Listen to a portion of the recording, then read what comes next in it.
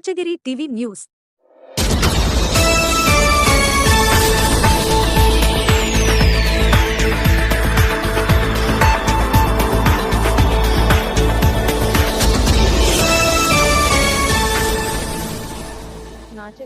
మన నాచగిరి టీవీని సబ్స్క్రైబ్ చేయండి.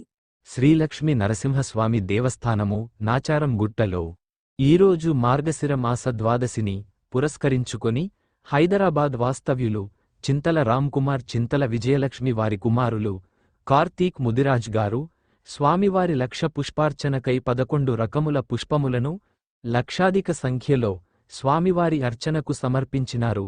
లక్ష పుష్పార్చన కార్యక్రమాన్ని పురస్కరించుకొని భక్తులు అధిక సంఖ్యలో స్వామివారి సేవలో పాల్గొన్నారు.